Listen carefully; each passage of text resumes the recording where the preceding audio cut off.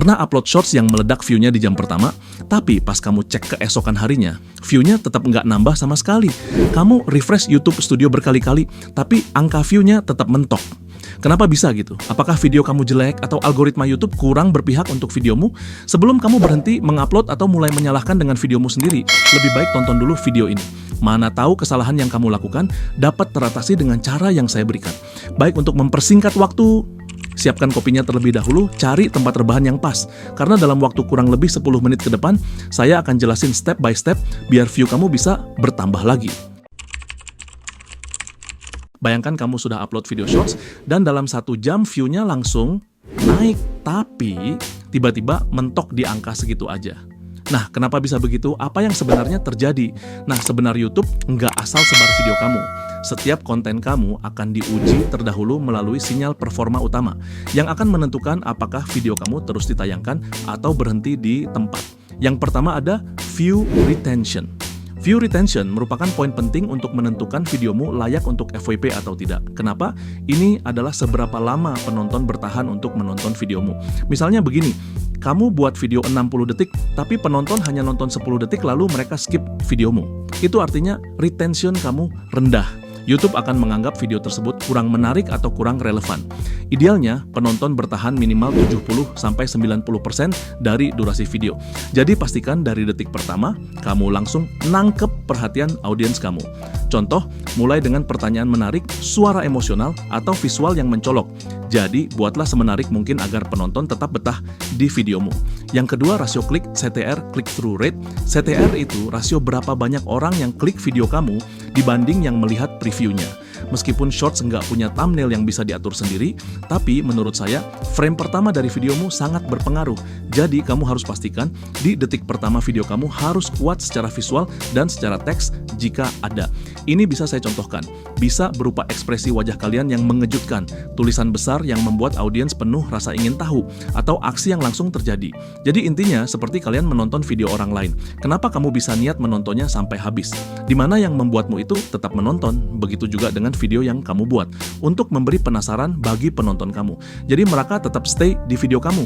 Kalau dari 100 orang yang lihat preview, hanya 2 orang yang nonton, CTR-nya cuma 2%, itu sangat jelek. Tapi kalau 10-20%, nah itu sinyal kuat buat algoritma YouTube untuk menyebar videomu lebih luas. Yang ketiga, interaksi penonton. Interaksi penonton ini juga nggak kalah penting untuk membuat videomu itu dapat menjangkau lebih luas audiens. Karena interaksi penonton mencakup dari like, komentar, share, dan subscribe.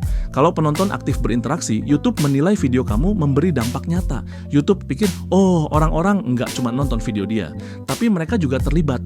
Jadi untuk like, komentar, share ini sangat penting untuk reputasi videomu akan disebarluaskan oleh YouTube. Maka saran saya, sangatlah penting kenapa kamu harus aktif minta penonton buat klik like, kasih komentar, atau bahkan nonton ulang.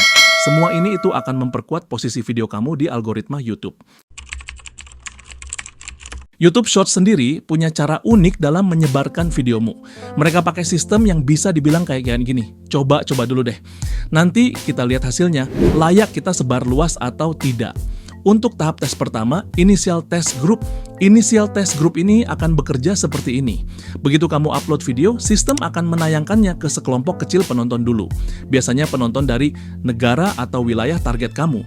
Terus akan ditayangkan untuk orang-orang yang pernah menonton video serupa. Contohnya begini, video kamu misalnya topik cerita Islami. Jadi penonton di channel lain dengan topik cerita yang sama dengan channel kamu. Ini akan berpeluang penonton tersebut akan menemukan video kamu. Bahkan mungkin dari subscriber kamu sendiri. Walaupun jumlahnya kecil, puluhan atau ratusan orang. Tujuannya untuk mengukur respon awal. Misal kalau dalam 10 menit pertama saja sudah terlihat retention tinggi, banyak yang nonton sampai habis dan mereka interaksi memberikan like, komentar, maka algoritma akan lanjut ke tahap 2. Di tahap kedua ini dinamakan evaluasi cepat. Di tahap ini, YouTube mulai menyebarkan video kamu ke audiens yang lebih luas lagi, tapi tetap dalam skala terbatas. Video kamu akan bersaing langsung dengan ribuan shorts lain yang sedang diuji di waktu yang sama. Kalau performanya konsisten, maka video kamu akan masuk ke tahap ketiga. Di tahap ketiga, sering disebut pemantauan lanjutan. Di tahap ketiga, inilah saatnya video kamu bisa benar-benar meledak. Jadi YouTube akan terus memantau bagaimana performa video kamu selama berjam-jam hingga berhari-hari berikutnya. Kalau sinyalnya tetap kuat, video bisa viral, bahkan dalam hitungan hari. Namun, sebaliknya, kalau engagement videomu mulai turun, maka distribusinya akan berhenti perlahan. Jadi artinya, bukan cuma performa awal yang penting, tapi juga konsistensi. Kalau shorts kamu mentok view-nya, jangan buru-buru panik atau langsung hapus. Ada beberapa cara praktis dan terbukti untuk memulihkan atau mengoptimalkan video yang stuck. Yang pertama, evaluasi retensi video. Masuk ke YouTube Studio kamu, lalu buka analitik video. Lihat grafik retensinya video tersebut. Jadi kamu lihat di menit atau detik, keberapa orang mulai keluar dari videomu. Kalau banyak yang keluar di detik 0 sampai 5, berarti hook kamu lemah. Solusinya, ambil pelajaran dan buat ulang versi video dengan pembukaan yang lebih kuat. Bisa dengan pertanyaan dramatis atau efek suara yang memikat penonton atau teks besar yang provokatif. Yang kedua, perbaiki judul dan deskripsi.